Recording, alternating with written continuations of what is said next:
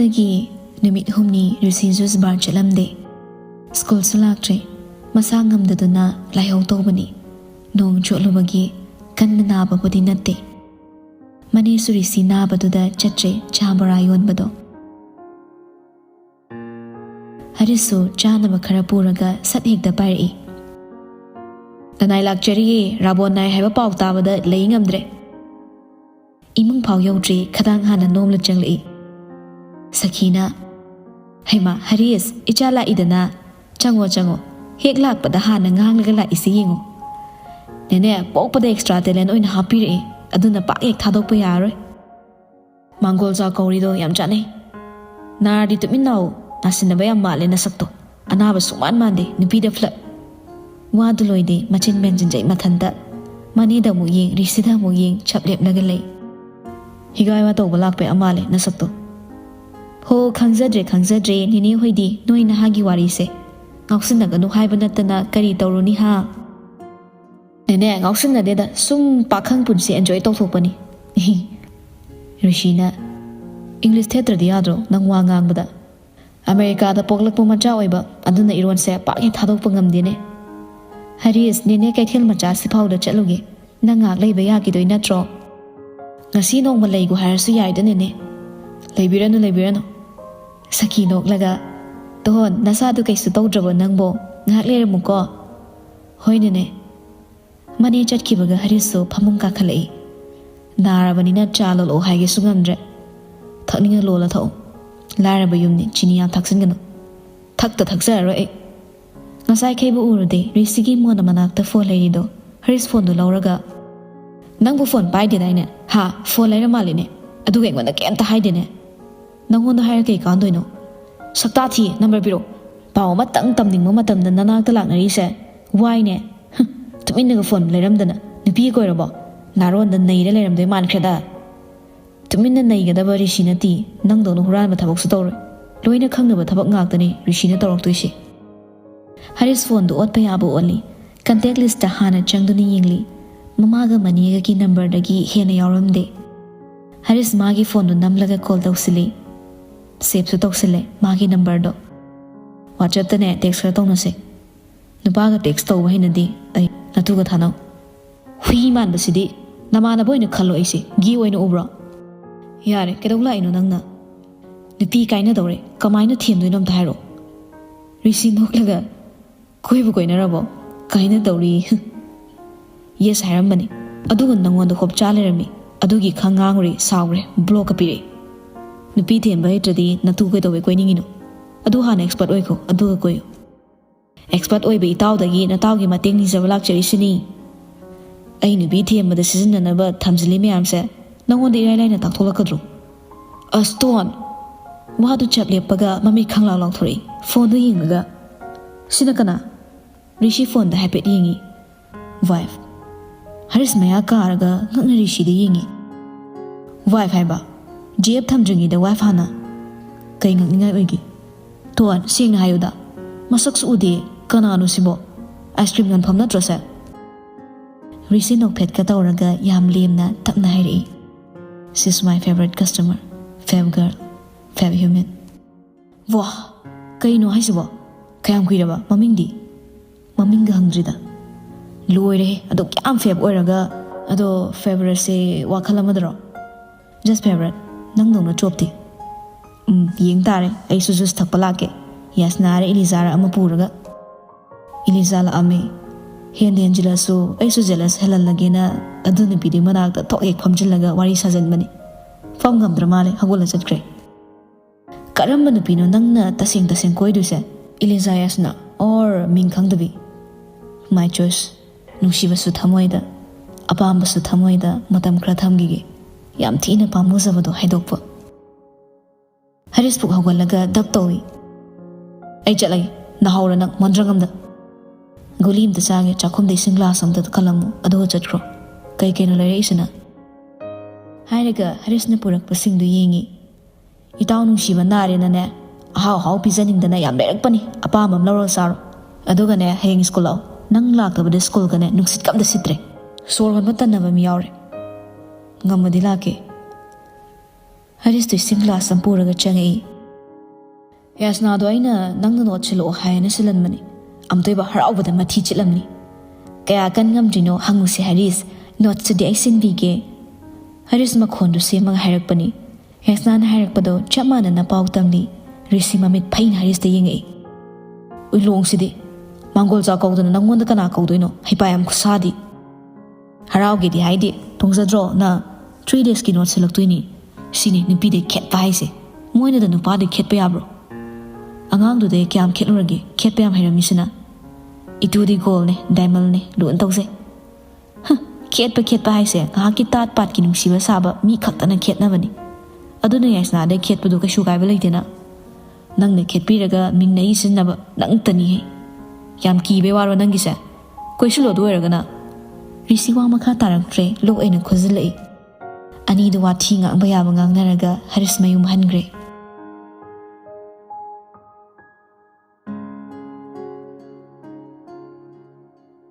ꯋꯥꯍꯩꯅ ꯍꯥꯏꯔꯣꯏ ꯊꯃꯣꯏꯒꯤ ꯑꯄꯥꯝꯕ ꯏꯇꯧꯅ ꯎꯠꯀꯦ ꯊꯃꯣꯏꯒꯤ ꯃꯔꯣꯜ ꯂꯣꯟꯅ ꯊꯝꯖꯒꯦ ꯊꯃꯣꯏꯒꯤ ꯅꯨꯡꯁꯤꯕ ꯃꯥꯡꯈꯤꯗ꯭ꯔ ꯀꯤꯖꯩ ꯊꯃꯣꯏꯒꯤ ꯃꯄꯨꯁꯦ ꯋꯥꯍꯩꯁꯤꯡꯗꯨ ꯏꯔꯤꯕ ꯗꯥꯏꯔꯤꯗ ꯀꯅꯥꯒꯨꯝꯕ ꯑꯃꯅ ꯃꯨꯟꯈꯤ ꯃꯃꯥꯏ ꯂꯩꯈꯠꯇꯨꯅ ꯌꯦꯡꯂꯛꯄꯗ ꯔꯤꯁꯤꯅ ꯏꯔꯤꯕꯗꯨ ꯌꯦꯡꯗꯨꯅ ꯂꯩꯔꯝꯃꯤ ꯆꯤꯊꯤꯔꯣ ꯅꯠꯇꯦ ꯀꯗꯥꯏ ꯄꯤꯔꯛꯑꯣ Who is the owner of your heart ꯅꯨꯄꯤꯗꯨ ꯅꯣꯛꯐꯦꯠ ꯇꯧꯔꯒ Guess the man ꯔꯤꯁꯤ ꯅꯨꯄꯤꯗꯨꯗ ꯃꯨꯟꯅ ꯌꯦꯡꯂꯒ ꯃꯈꯨꯠꯅ ꯃꯥ ꯃꯁꯥ ꯊꯤꯟꯖꯔꯒ ꯍꯥꯏꯔꯛꯏ I guess it's me your crush am I right ꯅꯨꯄꯤꯗꯨ ꯈꯨꯝꯃꯛꯇꯦ ꯅꯣꯛꯐꯦꯠ ꯇꯧꯔꯒ ꯃꯃꯥꯏ ꯂꯩꯊꯣꯛꯈ꯭ꯔꯦ ꯔꯤꯁꯤ ꯃꯃꯥꯏ ꯂꯩꯊꯣꯛꯈ꯭ꯔꯤꯕ ꯑꯗꯣꯝꯗ ꯂꯥꯛꯂꯒ ꯃꯅꯥꯛ ꯅꯛꯅ ꯁꯛ ꯐꯝꯊꯩ ꯇꯁꯦꯡꯅ ꯅꯪ ꯑꯩ ꯅꯨꯡꯁꯤꯕ꯭ꯔꯥ ꯋꯥꯍꯩꯅ ꯍꯥꯏꯅꯤꯡꯗꯦ ꯅꯨꯡꯁꯤꯔꯦ ꯍꯥꯏꯅ ꯇꯥꯛꯑꯣ ꯑꯗꯨꯗꯤ ꯔꯤꯁꯤꯒꯤ ꯏꯀꯥꯏ ꯈꯪꯗꯕ ꯋꯥꯍꯩꯗꯨꯗ ꯏꯀꯥꯏꯔ ꯃꯥꯜꯂꯦ ꯃꯃꯥꯏ ꯉꯥꯡꯁꯤꯜꯂꯤ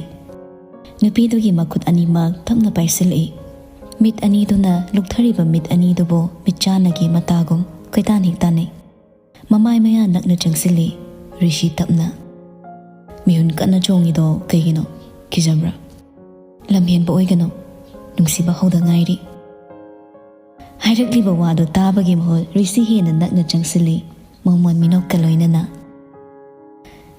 ꯇꯥꯏꯕꯪ ꯐꯥꯎꯅ ꯅꯣꯛꯂꯤ ꯃꯤꯅꯣꯛꯇꯣ ꯃꯤꯀꯞ ꯊꯣꯔꯛꯄꯗ ꯕ꯭ꯂꯥꯡꯀꯦꯠꯇꯣ ꯀꯣꯍꯣꯟꯗꯨꯅ ꯂꯩꯔꯝꯃꯤ ꯅꯣꯛꯂꯝꯕ ꯃꯤꯅꯣꯛ ꯁ꯭ꯋꯥꯏ ꯃꯥꯡꯈ꯭ꯔꯦ ꯔꯤꯁꯤ ꯀꯥꯗꯨ ꯁꯤꯟ ꯊꯨꯡꯅ ꯌꯦꯡꯉꯤ ꯏꯉꯛ ꯉꯛꯆꯩ ꯃꯊꯟꯇ ꯏꯉꯥꯎꯁꯨ ꯉꯥꯎꯏ ꯉꯥꯏꯍꯥꯛꯇꯣ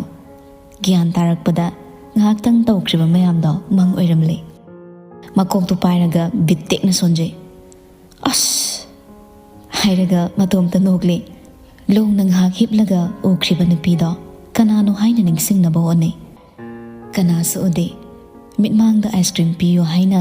ꯅꯨꯡꯇꯤꯒꯤ ꯍꯥꯏꯕ ꯅꯨꯄꯤꯗꯣ ꯑꯗꯨ ꯑꯣꯏꯅ ꯎꯔꯛꯏ ꯃꯪꯂꯥꯟꯗ ꯎꯈꯤꯕꯁꯨ ꯃꯍꯥꯛꯅꯤ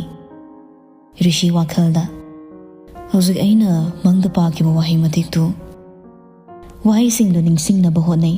ꯃꯪ ꯑꯣꯏꯔꯕꯁꯨ ꯃꯌꯦꯛꯁꯤꯡꯗꯣ ꯏꯁꯦꯡ ꯁꯦꯡꯅ ꯎꯈꯤꯕꯅꯤ ꯋꯥꯍꯩꯅ ꯍꯥꯏꯔꯣꯏ ꯊꯃꯣꯏꯒꯤ ꯑꯄꯥꯝꯕ ꯏꯇꯧꯅ ꯎꯠꯀꯦ ꯊꯃꯣꯏꯒꯤ ꯃꯔꯣꯜ ꯃꯈꯥ ꯇꯥꯅ ꯅꯤꯡꯁꯤꯡꯕ ꯉꯝꯗ꯭ꯔꯦ ꯔꯤꯁꯤ ꯃꯣꯟ ꯃꯅꯥꯛꯇꯒꯤ ꯐꯣꯟꯗꯣ ꯂꯣꯛ ꯍꯥꯡꯗꯨꯅ ꯄꯨꯡ ꯌꯦꯡꯉꯤ ꯗꯇꯥ ꯑꯣꯟ ꯁꯠ ꯇꯧꯏ ꯁꯦꯞ ꯇꯧꯒꯗꯕ ꯅꯝꯕꯔ ꯑꯃꯗꯒꯤ ꯋꯥꯆꯦꯞꯇ ꯃꯦꯁꯦꯖ ꯂꯩꯔꯝꯃꯤ ꯅꯥꯕ ꯈꯔ ꯐꯔꯕꯣ ꯁ꯭ꯀꯨꯜ ꯂꯥꯛꯑꯣ ꯅꯪꯒꯤ ꯅꯣꯠꯁꯨ ꯑꯩꯅ ꯁꯤꯟꯕꯤꯔꯕꯅꯤ ꯐꯕ ꯑꯣꯏꯔꯣꯀꯣ ꯃꯅꯤꯡꯗ ꯇꯞꯁꯤꯜꯂꯛꯂꯤꯕ ꯂꯞ ꯏꯃꯣꯖꯤꯗꯣ ꯍꯦꯛ ꯎꯕꯒ ꯔꯤꯁꯤ ꯃꯥꯒꯤ ꯍꯩꯅꯕꯤ ꯆꯤꯝꯕꯥꯜ ꯆꯤꯡꯂꯒ ꯅꯣꯛꯄꯗ ꯅꯣꯛꯏ ꯑꯎꯕꯅ ꯎꯔꯗꯤ ꯎꯁꯤꯠ ꯊꯑꯣꯏꯗꯕ ꯃꯥꯟꯕ ꯃꯤꯅꯣꯛꯅꯤ ꯑꯗꯨꯕꯨ ꯂꯩꯁꯥꯕꯤ ꯃꯆꯥꯒꯤꯗꯤ ꯁ꯭ꯃꯥꯏꯜꯗꯨꯗꯅꯤ ꯉꯥꯎꯖꯔꯤꯕ ꯃꯦꯁꯦꯖꯇꯨ ꯌꯦꯁꯅꯥꯒꯤꯅꯤ ꯑꯗꯨꯝ ꯈꯪꯉꯤ ꯃꯦꯁꯦꯖ ꯑꯃ ꯇꯥꯏꯞ ꯇꯧꯔꯒ ꯊꯥꯖꯤꯜꯂꯤ ꯃꯥꯁꯨ ꯁꯤꯌꯣꯔ ꯍꯥꯏꯔꯒ ꯂꯥꯏꯛ ꯑꯃꯁꯨꯡ ꯂꯞꯀꯤ ꯏꯃꯣꯖꯤ ꯍꯥꯞꯆꯤꯜꯂꯤ ꯅꯨꯄꯤꯗꯨ ꯍꯦꯟꯅ ꯃꯊꯨꯝ ꯃꯔꯥꯡ ꯍꯧꯅꯕ꯭ꯔꯥ ꯑꯔꯣꯏꯕꯗ ꯂꯞ ꯏꯃꯣꯖꯤ ꯑꯃ ꯍꯥꯞꯆꯤꯜꯂꯤꯕꯗꯣ ꯃꯦꯁꯦꯖꯇꯨ ꯊꯥꯔꯝꯂꯒ ꯍꯧꯒꯠꯈ꯭ꯔꯦ ꯅꯥꯔꯁꯨ ꯔꯤꯁꯤ ꯃꯥꯒꯤ ꯅꯣꯡꯃꯒꯤ ꯃꯊꯧ ꯑꯌꯨꯛ ꯉꯟꯇꯥ ꯍꯧꯒꯠꯇꯨꯅ ꯃꯁꯥꯗꯨ ꯁꯥꯖꯟ ꯉꯥꯏꯍꯥꯛ ꯇꯧꯕ ꯍꯥꯏꯕꯁꯦ ꯁꯣꯏꯕ ꯌꯥꯗ꯭ꯔꯕꯅꯤ ꯅꯨꯡꯇꯤꯒꯤ ꯇꯧꯕꯒꯨꯝ ꯌꯨꯝꯗꯨꯒꯤ ꯌꯦꯅꯦꯈꯥꯔꯣꯝꯗ ꯊꯣꯛꯈ꯭ꯔꯦ ꯉꯥꯏꯍꯥꯛ ꯁꯥꯖꯟ ꯇꯧꯕ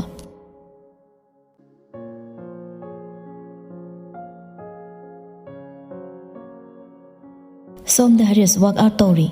ꯃꯌꯨꯝꯗ ꯁꯥꯟꯅꯅꯕ ꯂꯣꯏꯅ ꯊꯝꯃꯤ ꯃꯥꯒꯤꯗꯤ ꯔꯤꯁꯤꯒꯗꯤ ꯑꯁꯨꯛꯀꯤ ꯃꯇꯤꯛ ꯈꯦꯠꯅꯈ꯭ꯔꯦ ꯑꯄꯥꯝꯕ ꯈꯨꯗꯤꯡ ꯂꯣꯏꯅ ꯂꯩꯔꯗꯤ ꯇꯧꯅꯤꯡꯗꯦ ꯍꯥꯏꯕꯗꯨꯅꯤ ꯍꯔꯤꯁꯅ ꯇꯧꯔꯤꯁꯦ ꯌꯣꯠ ꯁꯥꯟꯅꯕꯁꯤ ꯈ꯭ꯋꯥꯏꯗꯒꯤ ꯇꯟꯕ ꯊꯕꯛꯅꯤ ꯍꯔꯤꯁꯀꯤ ꯑꯣꯏꯅ ꯇꯜꯂꯁꯨ ꯇꯟꯅ ꯃꯄꯥꯅ ꯉꯥꯡꯗꯅ ꯁꯥꯟꯅꯍꯟꯕꯅꯤ ꯂꯩꯔꯤꯕ ꯌꯣꯠꯁꯤꯡꯗꯨ ꯊꯥꯡꯒꯠ ꯊꯥꯡꯒꯠꯅ ꯏꯁꯩꯁꯨ ꯁꯛꯂꯤ ꯁꯣꯔ ꯃꯄꯤ ꯍꯣꯟꯗꯨꯅ ꯁꯣꯔꯥꯔꯦꯟ ꯉꯥꯛꯄ ꯂꯦꯡꯖꯨꯝꯅꯤ ꯄꯥꯝꯕꯣꯝꯗ ꯌꯥꯏꯁꯥ ꯃꯌꯥꯅꯤ ꯐꯩ ꯇꯥꯔꯛꯄꯅ ꯁꯅꯥ ꯈꯣꯡꯅꯥꯡꯅꯤ ꯁꯦꯁ ꯂꯤꯔꯤꯛꯁꯇꯨ ꯆꯨꯝꯃꯤꯕ꯭ꯔꯥ ꯁꯨꯔꯗꯨ ꯇꯥꯔꯤꯕ꯭ꯔꯥ ꯈꯪꯖꯗꯦ ꯃꯇꯣꯝꯇ ꯅꯤꯡꯁꯤꯡꯕ ꯈꯔꯅꯤ ꯁꯛꯂꯤꯕꯗꯣ ꯍꯔꯤꯁꯅ ꯃꯃꯥꯡꯗ ꯂꯩꯔꯤꯕ ꯃꯤꯔꯔꯗꯨꯗ ꯌꯦꯡꯖꯔꯒ ꯍꯥꯏꯖꯩ ꯃꯇꯣꯝꯇ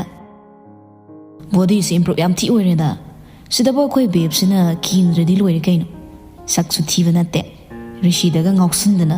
ꯑꯣꯏꯔꯣꯏꯗꯕ ꯅꯨꯄꯥꯗꯨꯗ ꯅꯨꯄꯤ 1,000,000ꯃꯨꯛꯀꯤ ꯃꯄꯨ ꯑꯣꯏꯔꯤꯕꯅꯤ ꯀꯅꯥꯅꯣ ꯅꯨꯄꯤꯕꯨ ꯑꯃ ꯀꯣꯏꯔꯒ ꯌꯥꯔꯦ 1,000,000ꯃꯨꯛ ꯀꯣꯏꯔꯤꯗꯨꯅ ꯍꯔꯤꯁꯀꯤ ꯃꯄꯥꯗꯨꯅꯤ ꯄꯥꯕ ꯍꯦꯛꯇ ꯂꯩꯔꯝꯃꯤ ꯁꯨꯝꯕ ꯅꯥꯇꯩ ꯆꯥꯗꯕ ꯋꯥꯁꯦ ꯅꯥꯇꯩ ꯆꯥꯗꯕ ꯋꯥ ꯉꯥꯛꯇ ꯉꯥꯡꯉꯤ ꯅꯪꯁꯨ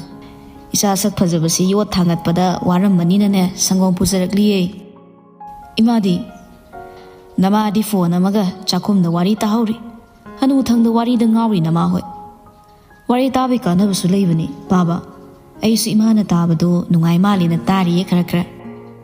ꯀꯔꯤ ꯀꯥꯟꯅꯔꯤꯕ ꯍꯥ ꯃꯇꯝ ꯃꯥꯡꯅꯕ ꯊꯕꯛ ꯁꯤꯠꯅꯕ ꯅꯣꯁꯇ꯭ꯔꯣ ꯆꯠꯂꯤꯁꯦ ꯅꯃꯥꯁꯦ ꯋꯥꯔꯤ ꯇꯥꯕꯩꯅꯤꯅꯦ ꯋꯥꯔꯤꯗ ꯉꯥꯎꯗꯅ ꯂꯩꯈ꯭ꯔꯅꯤ ꯑꯩꯅ ꯀꯧ ꯉꯥꯡꯕꯒ ꯇꯥꯗꯦꯅꯦ ꯄꯥꯕ ꯋꯥꯔꯤꯗ ꯌꯥꯎꯔꯤ ꯃꯌꯥꯝꯁꯦ ꯃꯤꯑꯣꯏꯕꯒꯤ ꯂꯥꯏꯐꯁ꯭ꯇꯥꯏꯜ ꯂꯥꯏꯐꯇ ꯊꯣꯛꯂꯤꯕ ꯊꯧꯗꯣꯛ ꯋꯥꯊꯣꯛ ꯃꯌꯥꯝꯁꯦ ꯉꯥꯛꯇꯅꯤ ꯑꯐꯕ ꯇꯧꯕ ꯃꯤꯅ ꯅꯨꯡꯉꯥꯏꯕ ꯌꯥꯝꯅ ꯋꯥꯔꯝꯃꯁꯨ ꯂꯥꯁꯇ ꯑꯗꯨꯝ ꯅꯨꯡꯉꯥꯏꯔꯛꯄ ꯐꯠꯇꯕ ꯃꯤꯒꯤ ꯃꯥꯡꯅꯕ ꯇꯧꯕ ꯃꯤꯅ ꯂꯥꯁꯇ ꯁꯤꯕ ꯅꯠꯇ꯭ꯔꯒ ꯑꯋꯥꯕ ꯇꯥꯕ ꯃꯌꯥꯝꯁꯦ ꯔꯤꯌꯦꯜ ꯂꯥꯏꯐꯇ ꯊꯣꯛꯏꯅꯤ ꯁꯤꯒꯨꯝꯕ ꯃꯌꯥꯝꯁꯦ ꯋꯥꯔꯤ ꯍꯥꯏꯁꯤꯗ ꯎꯠꯂꯒ ꯃꯌꯥꯝꯗ ꯄꯥꯎꯇꯥꯛ ꯑꯃ ꯄꯤꯔꯤꯅꯤ ꯑꯐꯕ ꯋꯥꯈꯜ ꯆꯦꯟꯅꯕ ꯊꯕꯛ ꯑꯐꯕ ꯇꯧꯅꯕ ꯋꯥꯔꯤ ꯍꯥꯏꯁꯤꯗꯤ ꯅꯨꯡꯉꯥꯏꯅꯕ ꯃꯔꯛꯇ ꯋꯥꯍꯩ ꯋꯥꯇꯥꯗ ꯀꯣꯃꯦꯗꯤ ꯅꯠꯇ꯭ꯔꯒ ꯀꯩ ꯃꯌꯥꯝ ꯍꯥꯞꯄꯛꯀꯅꯤ ꯑꯗꯨꯅ ꯋꯥꯔꯤꯒꯤ ꯂꯩꯇꯦꯡꯅꯤ ꯑꯗꯨ ꯃꯇꯧ ꯇꯝꯃꯨ ꯍꯥꯏꯕ ꯅꯠꯇꯦ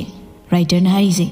ꯁꯨꯞꯅꯇꯒꯤ ꯃꯆꯥ ꯄꯤꯛꯇ꯭ꯔꯨ ꯄꯤꯛꯄ ꯄꯥꯎꯖꯦꯜ ꯑꯃꯈꯛ ꯄꯤꯅꯕ ꯍꯣꯠꯅꯕꯗ ꯅꯨꯡꯉꯥꯏꯔꯕ ꯃꯑꯣꯡꯗ ꯁꯥꯡꯅ ꯀꯣꯏꯊꯣꯛꯇꯨꯅ ꯏꯔꯛꯄꯅꯤ ꯑꯐꯕꯗꯨ ꯈꯛ ꯂꯧꯁꯤꯜꯂꯒ ꯐꯠꯇꯕꯗꯨꯗꯤ ꯋꯥꯔꯤꯅꯤ ꯍꯥꯏꯅ ꯍꯨꯟꯇꯣꯛꯑꯝꯗꯧꯕ ꯁꯤꯅꯤ ꯄꯥꯕ ꯋꯥꯔꯤꯒꯤ ꯀꯥꯟꯅꯕ ꯑꯩꯈꯣꯏꯅ ꯈꯪꯗꯕ ꯃꯌꯥꯝꯁꯨ ꯈꯪꯕ ꯉꯝꯒꯅꯤ ꯔꯥꯏꯇꯔ ꯑꯍꯩꯕ ꯀꯣꯛ ꯋꯥꯡꯕ ꯃꯌꯥꯝ ꯌꯥꯎꯔꯤ ꯃꯈꯣꯏꯅ ꯏꯕ ꯋꯥꯔꯤꯁꯤꯗꯤ ꯄꯥꯕ ꯀꯩꯗ ꯍꯥꯏꯔꯨꯅꯤ ꯅꯨꯄꯥ ꯏꯐꯧ ꯉꯥꯎꯔꯤꯖꯥꯠꯅꯤꯗ ꯑꯗꯨꯒ ꯄꯥꯕ ꯄꯥꯈꯪ ꯂꯩꯁꯥꯕꯤꯗ ꯈ꯭ꯋꯥꯏ ꯀꯥꯟꯅꯕ ꯍꯥꯏꯔꯗꯤ ꯅꯨꯡꯁꯤꯕꯒꯤ ꯃꯔꯤ ꯆꯠꯁꯤꯟꯅꯩ ꯀꯃꯥꯏꯅꯅꯣ ꯍꯥꯏꯕꯗ ꯋꯥꯔꯤꯗ ꯌꯥꯎꯔꯤꯕ ꯍꯤꯔꯣ ꯍꯤꯔꯣꯏꯟ ꯑꯗꯨꯒꯤ ꯃꯇꯧ ꯇꯝꯃꯒꯅꯦ ꯅꯨꯡꯁꯤꯅꯕ ꯍꯦꯟꯒꯠꯂꯤ ꯑꯗꯨꯒ ꯌꯥꯔꯦ ꯂꯦꯞꯄꯣ ꯅꯨꯄꯤ ꯑꯣꯏꯕ꯭ꯔꯁꯨ ꯑꯣꯏꯗ ꯅꯨꯄꯥ ꯑꯣꯏꯕ꯭ꯔꯁꯨ ꯑꯣꯏꯗ ꯃꯔꯛꯇ ꯆꯠꯄ ꯃꯤ ꯑꯣꯏꯅ ꯇꯧꯔꯗꯅ ꯅꯣꯏ ꯅꯄꯥꯅ ꯋꯥꯔꯤꯒꯤ ꯃꯔꯝꯗ ꯑꯗꯨꯛ ꯁꯥꯡꯅ ꯍꯥꯏꯌꯨ ꯍꯥꯏꯕ꯭ꯔꯣ ꯇꯥꯅꯤꯡꯗꯦꯅꯦ ꯌꯥꯝ ꯈꯪꯕꯒꯤ ꯇꯥꯏꯞꯇ ꯂꯣꯏ ꯆꯨꯝꯃꯤ ꯁꯤꯅꯤꯅꯦ ꯅꯪꯅ ꯍꯥꯏꯕꯒꯦ ꯁꯛꯇꯥ ꯑꯁꯤꯒ ꯂꯥꯏꯔꯤꯛ ꯄꯥꯕꯗ ꯑꯗꯨꯃꯥꯏꯅ ꯃꯃꯨꯠ ꯇꯥꯅ ꯄꯥꯔꯗꯤ ꯅꯪ ꯇꯣꯄꯔ ꯀꯥꯏꯗ ꯑꯣꯏꯔꯅꯤꯅꯦ ꯈꯗꯥꯡꯖꯥꯎ ꯑꯩꯒꯤ ꯃꯣꯠ ꯐꯣꯡꯗꯣꯛꯆꯕꯅꯦ ꯄꯥꯕ ꯑꯩꯅ ꯍꯥꯏꯔꯤ ꯃꯌꯥꯝꯗꯣ ꯂꯣꯏ ꯆꯨꯝꯃꯤ ꯍꯥꯏꯕ ꯂꯩꯇꯦ ꯃꯤ ꯑꯃꯒ ꯁꯛꯁꯨ ꯃꯥꯟꯅꯗꯕꯒꯨꯝ ꯋꯥꯈꯜꯁꯨ ꯃꯥꯟꯅꯗꯦ ꯑꯩꯅ ꯍꯧꯖꯤꯛ ꯋꯥꯔꯤꯒꯤ ꯃꯇꯥꯡꯗ ꯍꯥꯏꯈ꯭ꯔꯤ ꯃꯌꯥꯝꯗꯣ ꯂꯥꯜꯂꯝꯕꯁꯨ ꯌꯥꯏ ꯑꯩꯒꯤ ꯑꯣꯏꯕ ꯑꯥꯏꯗꯤꯌꯣꯂꯣꯖꯤꯗꯨꯅꯤ ꯃꯄꯥꯗꯨ ꯃꯈꯨꯠ ꯑꯅꯤꯃꯛ ꯊꯥꯡꯒꯠꯂꯒ ꯂꯥꯎꯔꯝꯃꯤ ꯉꯥꯡꯍꯧꯔꯣ ꯅꯪ ꯉꯥꯡꯍꯧꯔꯣꯀꯣ ꯀꯔꯤ ꯂꯥꯏꯅ ꯁꯥꯔꯛꯄ ꯑꯉꯥꯡꯅꯣ ꯈꯪꯗꯦꯅꯦ ꯅꯃꯥꯅ ꯆꯥ ꯋꯥꯔꯤꯗ ꯉꯥꯡꯃꯤꯟꯅꯧ ꯋꯥꯗꯨ ꯉꯥꯡꯗꯅ ꯊꯣꯛꯈ꯭ꯔꯤ ꯃꯄꯥꯗꯣ ꯄꯥꯕ ꯅꯃꯧ ꯅꯨꯄꯤꯁꯨ ꯉꯥꯎꯍꯟꯗꯣꯏꯅꯦ ꯋꯥꯔꯤꯗ ꯔꯣꯃꯥꯟꯁ ꯇꯧꯊꯔꯛꯀꯦ ꯌꯦꯡꯉꯣ ꯋꯥꯔꯤꯗꯤ ꯀꯣꯄꯤ ꯇꯧꯔꯒ ꯄꯥꯕ ꯌꯦꯡꯉꯨꯀꯣ ꯍꯩ ꯕꯗꯃꯥꯁꯀꯤ ꯑꯉꯥꯡ ꯊꯣꯡꯖꯤꯜ ꯃꯄꯥꯟꯗꯒꯤ ꯍꯧꯅ ꯂꯥꯎꯔꯝꯃꯤ ꯑꯃꯨꯛ ꯍꯔꯤꯁ ꯊꯧꯁꯥꯗꯤ ꯅꯣꯛꯈꯥꯏꯔꯒ ꯃꯄꯥꯅ ꯄꯤꯔꯝꯕ ꯁꯪꯒꯣꯝꯗꯨ ꯊꯛꯂꯤ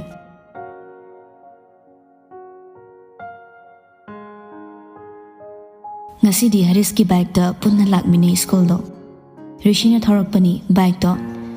ꯍꯦꯛ ꯊꯝꯕ ꯌꯨꯝꯗꯨꯗ ꯊꯅꯝꯂꯒ ꯑꯅꯤꯗꯣ ꯃꯈꯣꯡꯅ ꯁ꯭ꯀꯨꯜ ꯐꯥꯎ ꯂꯥꯛꯏ ꯁ꯭ꯀꯨꯜ ꯌꯧꯔꯝꯗꯥꯏꯗ ꯏꯂꯤꯖꯥꯒ ꯊꯦꯡꯅꯩ ꯔꯤꯁꯤ ꯅꯥ ꯐꯔꯕꯣ ꯍꯔꯤꯁꯅ ꯑꯍꯜ ꯑꯣꯏꯗꯣꯏꯔꯥ ꯑꯇꯣꯝꯕꯤ ꯑꯣꯏꯗꯣꯏꯔꯥ ꯅꯣꯏ ꯅꯨꯄꯤꯅ ꯍꯪꯉꯤꯁꯤ ꯈꯨꯝꯃꯨꯗꯅ ꯔꯤꯁꯤꯅ ꯂꯣꯛ ꯂꯥꯏꯍꯧ ꯃꯆꯥ ꯑꯝꯇꯪ ꯇꯧꯕꯁꯦ ꯁꯦꯂꯦꯕ꯭ꯔꯤꯇꯤꯅꯤꯅ ꯌꯥꯝ ꯀꯟꯅ ꯅꯥꯕꯗꯧꯅ ꯂꯣꯏ ꯈꯪꯉꯤꯅꯦ ꯔꯤꯁꯤꯒꯤ ꯂꯥꯏꯕꯛꯁꯦ ꯑꯐꯥꯎꯕ ꯃꯤ ꯑꯣꯏꯌꯨ ꯍꯥꯏꯕ ꯑꯃ ꯂꯩꯕ ꯃꯥꯜꯂꯦ ꯔꯤꯁꯤ ꯏꯇꯥꯎ ꯔꯥꯁꯤ ꯌꯣꯟꯐꯝ ꯈꯪꯂꯗꯤ ꯅꯇꯥꯎ ꯂꯩꯖꯒꯦ ꯅꯃꯥꯏꯗꯨꯗ ꯊꯣꯝꯅꯕ ꯏꯂꯤꯖꯥ ꯔꯤꯁꯤꯒꯤ ꯃꯅꯥꯛ ꯆꯪꯁꯤꯜꯂꯛꯏ ꯀꯩ ꯑꯣꯏꯅ ꯅꯥꯔꯤꯅꯣ ꯍꯔꯤꯁꯅ ꯆꯥꯕ ꯇꯨꯝꯗꯕ ꯃꯈꯣꯡ ꯍꯥꯝꯗꯕ ꯔꯤꯁꯤ ꯃꯁꯝꯗꯣ ꯍꯥꯏꯐꯦꯠ ꯁꯦꯝꯂꯒ ꯐꯦꯚꯔ ꯅꯨꯃꯤꯠ 8 ꯅꯪ ꯂꯥꯛꯇꯕꯗꯣ ꯌꯥꯝ ꯅꯨꯡꯉꯥꯏꯇꯦ ꯍꯔꯤꯁꯅ ꯑꯩꯈꯣꯏꯗꯤ ꯅꯨꯡꯉꯥꯏ ꯀꯨꯝꯍꯩ ꯌꯦꯡꯕꯗ ꯍꯔꯤꯁ ꯌꯥꯎꯗꯤ ꯌꯥꯎꯏꯍꯦ ꯅꯪꯁꯨꯅꯤ ꯏꯕꯦꯝꯃ ꯅꯨꯄꯥ ꯃꯔꯛꯁꯤꯗ ꯇꯟꯗ꯭ꯔꯣ Noi ani khaksira Rishi ani duna marai tawrak libato tade Makut namana pocket humlaga namana bag pairaga mang thara chatli Eliza Rishi gi manak jangsin dana masu chatli Machin su lepte Haris ka wai khum tongnari Get yorokpada laptak ni ngesna na ahum do lakpa ure Masu nangoroi matagum kauri konjel do horapna Rishi ahum do chaplep laga ying thori Haris noki Nai re Rishi bai Nang gidaloi oizaning mamayam se mitta changdore Yasna lakpa ubada Eliza da Rishi gi khudang da tapari Changasilao Haris torokli do ubada mamit nang khatlalei Ware haibagumna Rishi Eliza da chadogi yingi Magi thoraba mit ani duna aduga khudang da pairakliba Eliza gi makhutta lauthoi Tawrakliba Eliza gi maongda Yasna kara duna phuning ba haidu yore Masu hagyam hairai Ngasai aidi message ka tharak panuda yam haraurabani Ada nangi notes to pirora Khona loge Thawasa da Rishi nupi ani do thaidok laga gate manong changkhre Haris ani do gi manak changsil laga hairai Muno angam mana lauro yon tho obani manabase adusu free da mamal gam ta logjar Eliza khaido sawgalaktuna Haris to onsilai Yare khatang nanga maso nangol loi tainira kani ngasi Sawbro kaino aida sanjagrage Haris atkibaga Yasna Eliza da onsilai Eliza school ne se nang su ka mayam helena kaino kai hen batawgrage aina Taurido nasana khangzadro namai du ikaidro maya mangsida mi khudanga chingage hekta changiduba nang ikaidra suri sidi ikairamni nang mo ongdu oirambe aingonda phawa amta ngangamdana changkhrise wata da Eliza karim naraga noi nang kai oidana Risina nangidama wa ngangdeba Yasnana aiga nanga diam khetnare ko khudom mi thilaga doctor su nasana khango angang macha masu nate khutna thilaga doctor su nasana khangjaba yaina Ikai besu khangdi nangdi Eliza su sawgalei Nangna ipana baina thawleiti Nangna ni yelise Mina leiba mina chatpa mafam kudingda Nangna yelise Nangna ikai pam thoktra namai do Chagat yam ngang naroise Aisu Eliza ni Adu hairaga Eliza Yasna bu phat in thoklamaga Hanna yingda sangre get manungda Harau laksaba nupi da class ta sakpham ola changpa ubada Harisna Rishi da chirol tawi Superna khamala changa ise Tamil film gi thangon pai man biduna kari amu hairazan hanguso Haris Rishi da mamai direct onsilaga amuk so hairi aseng bero hangugene nangna bu hairdi na rol chum yana basingi ngasi kai school karak pusidane mi funing de lam Krishna Radha mayamna nangbu kai tantanari ibungo Krishna nangi basi gi surda Radha ma gi thamoise nungole hairi kuchung gaurap tawba rasi yaudaba Krishna nga khaki nungaina be enjoy tawusida serious ta salakpasidani aini nupi ko ai henadaba yam over a torak adi villain gi saklo lauraga loi sanara madi aina moi mapi oro tani naida charo na line tharakpane nangdi aduna music club am hango aduga DJ taw khaisi kanagi nupi da ki henjin ma mayam se loi laktoini paisa yam line tan be adro nasak phajaba noidi sak phajabani na nupi na su magnet ta nappadawna tap nap ke harkani khelo sida leire aigi wadi Rishing hak to min leiraga kaklap na hairi hotoiba body se school sida so toradi nahiroi dramangolja Haris mamit mana lang thorai mamana ba taisu Rishi gi wadu tabada chapmana na pulap laurai Imai class to pumnin ninli ben sangnaba makhoi khara kaktani wahidu tahauba Tahawdaba taidudi khonjel na putna larakpada loina Rishi hoigi ben samit ingtai Rishi di tungi ben suda nga tharaga yam thawa sada phamli Lucasna hekta nga hol lagi sini ne amana amo naibabudi exam pamzaida aduda school ne na strict oiman basida kizaine tamthor adi Harisna hey swaida di tawbiranu he adugumba nap chadaba thabak nupa nga ta tam school oidi fai nupi yauramdradi aisu na ana so tawthoni class ta Rishina tawri me amse ubada lemthoke adrene haurabani na aisu tumin leningraba Harisna side effect lakani adogi vitamin mahido pithake khaluni da play tawmal asu real life partner phangjaroi nupa partner oi do misak tu dadi lemakani Karan tarasu nungshina laknirasu nungshina flirt ke khenai da Haris mako khotlaga khangzadre nangga ngangna bangamdi tor big fan itaw full support itaw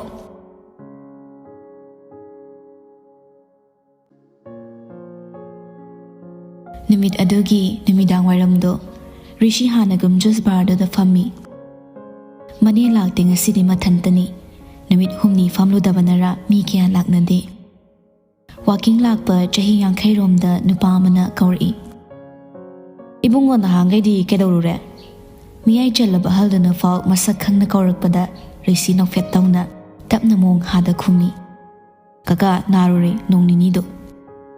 Nungtigi walking lakpadane isagi mabase hek yawbaga icha leramdabaduda kaidawrobano haina khalibani kaka se Nong khra chotlore adalai hautawdana nongnini se lakfa ngamawdraba Nanera ama he phammadudi laktrabo Hoi mani kaka Nini do ngasidi laktre Kadai nangi ice cream do ama khakta piro Isu nupa pisak ama layi magi laibikige Kakadi coffee thakthro Noigi coffee do kakadi haina dene cha na hawin hi Rishi dagi ice cream do lauraga ahal do ngak wari tawramlaga chumdring satkre Mi itak paduda nagi ko yingi Lairang amta pairaktrene ngasidi Ngasigi nungai kriba mangduga tin kang ho pairaktre ngasidi Wadu ngang na mamai dai thorakpada footpath da nupa kharana tanaraga nupi ama khongthang laungna thanglibado hek urure Mingdudang hairam mulai sabi ngaiko kainu tapna dum chamina seba mini oraga fazade da nupi do khumde magi thokpa chatli haida dabana suloire nupa humni matung inaraglibado amana nakana chatlanga wari hauseli Nage nang yawe khangdi tuition da ngasi ka ubani Mi yamandana khangdabo oiramni ado ming kay gawgi haiba tuition mafamdai si tantanare isa mingdu khaktangini ko hairamdaba yaroi friend wise haibani da Handak ti nupi do chapleblaga khumi Lambi sida karan tanare se mi miyam su chatli ikai se ado de mingdu hairamo ngasai na lehorani hairamadi Sum haidana chatpaduda nupa amana nupi do gi tungda yaliba bag do pairaga chingi Nupi do maning halli khangsing singbada khongbam zawdraduna tugi foktowi Oi kaino toido Rishini karam manaron da lakhibano khanghaude leptuna leramle makhoi gi mangda Nupa singdu wa kan ngangbadi ngamde ahumag amatta khumakte Rishi amukso Lambi sida kari ne charno uli dubo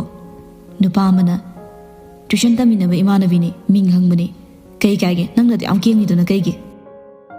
Hinazaba minok usittaba minok ama loina na hairi Imanabida karan tawsabane kaidura noigise Handak tinupa humdu yengnaraga hana lakpa adomda hoi mai amatta haidana hankre Kanasu leitrabada Rishi nupiduda hafet yengi Masak nungsibanina midi khoimunaga ineko tuition lakpada Khumbirakte nupido adugi mahut khong thangba hokre matung oirap inaduna wari sarai Ngasidi nganna halaise kaigino Tuition jahanadi thilakpani hojikna khongna chalisina maram leira sala natragana thinbinaba leirabo mi handak di chatlambada inupi da leplaga mamai phatlai silai kakana thilai tuition mafam yora kanda suti tharani hairakpa kaka di chatlamaba aduda ko khonglakpa ise khangaba nangdana nupi me amna tungna koin inabada adumaina isu toromdoi malira manmanate uhorasidi Amattaga natene ahumni inaraido Adu heraso aidi nangdongna tawde Wampa khumbide moina anam kanbagi inazarakpani Nangdi nupina wa ngangla adi nangna ni nganghongnaba tawdai Rishi noklaga Aina nupiga wari saraga nangna do yam saroiduna kaigino Nangsu nupini nanggasu wari sarisidi chap manadro Saujade aduga aiga moiga samanade Kaida manadriba Khangde Rishi nokmi amukso Manadrese aise nangi crush oibasiro Crush haibasida harauriro nang Rishi hande khumai aduma laknari Harawe hairadi nungsi kaina mu haisilaktuira Nupido mamit on khalai sorma sangna kamthoi Waraba ice cream karamba flavor chage haino khara ingnaba apamadu pirage Nungtigi chabado chani Nungtigi chaido khangdro ꯀꯔꯝꯕꯅꯣꯗꯣ ꯅꯠꯇ꯭ꯔꯒꯅ 3 days ꯆꯥꯔꯨꯗꯕꯁꯤꯗ ꯀꯥꯎꯈ꯭ꯔꯕꯣ ꯍꯟꯖꯟ ꯍꯟꯖꯟ flavour ꯑꯃꯈꯛ ꯁꯨꯝ ꯆꯥꯕꯗꯨꯗ ꯑꯅꯧꯕ ꯑꯃ ꯆꯥꯅꯤꯡꯕ꯭ꯔꯥ ꯍꯪꯕꯤꯕꯅꯤꯗ ꯍꯪꯕꯤꯌꯨ ꯍꯥꯏꯗꯤ ꯑꯣꯀꯦ ꯑꯅꯤꯗꯨ ꯇꯨꯃꯤꯟ ꯇꯨꯃꯤꯟ ꯑꯃꯨꯛ ꯂꯩꯅꯩ ꯔꯤꯁꯤꯒꯤ ꯃꯅꯥꯛꯇ ꯐꯝꯂꯒ ꯉꯥꯏꯍꯥꯛ ꯂꯩꯊꯣꯛꯏ ꯑꯗꯨꯕꯨ ꯋꯥꯔꯤ ꯁꯥꯟꯅꯗꯦ ꯑꯅꯤꯗꯣ ꯑꯇꯣꯞꯄ ꯃꯤ ꯈꯔ ꯂꯥꯛꯄꯗ ꯔꯤꯁꯤ ꯃꯊꯧꯗ ꯃꯥꯏ ꯑꯣꯟꯁꯤꯜꯂꯤ ꯃꯤꯅꯤꯠ 10ꯃꯨꯛ ꯋꯥꯔꯤ ꯁꯥꯟꯅꯔꯨꯗ꯭ꯔ ꯃꯇꯨꯡꯗ ꯔꯤꯁꯤꯅ ꯍꯥꯏꯔꯛꯏ ꯅꯃꯤꯡ ꯍꯪꯕ ꯌꯥꯗ꯭ꯔꯣ ꯅꯪꯁꯦ ꯅꯨꯄꯤꯗꯣ ꯑꯥꯏꯁ ꯀ꯭ꯔꯤꯝ ꯆꯥꯔꯝꯕꯗꯣ ꯆꯞ ꯂꯦꯞꯂꯒ ꯔꯤꯁꯤꯗ ꯌꯦꯡꯂꯛꯏ ꯉꯁꯥꯏꯗꯣ ꯈꯨꯝꯗꯕꯤ ꯂꯥꯛꯏꯗꯅ ꯑꯗꯨꯗ ꯁꯨꯝ ꯍꯪꯕꯅꯤꯗ ꯅꯠꯇ꯭ꯔꯒꯅ ꯅꯨꯄꯥꯅ ꯍꯪꯕꯩꯔꯣ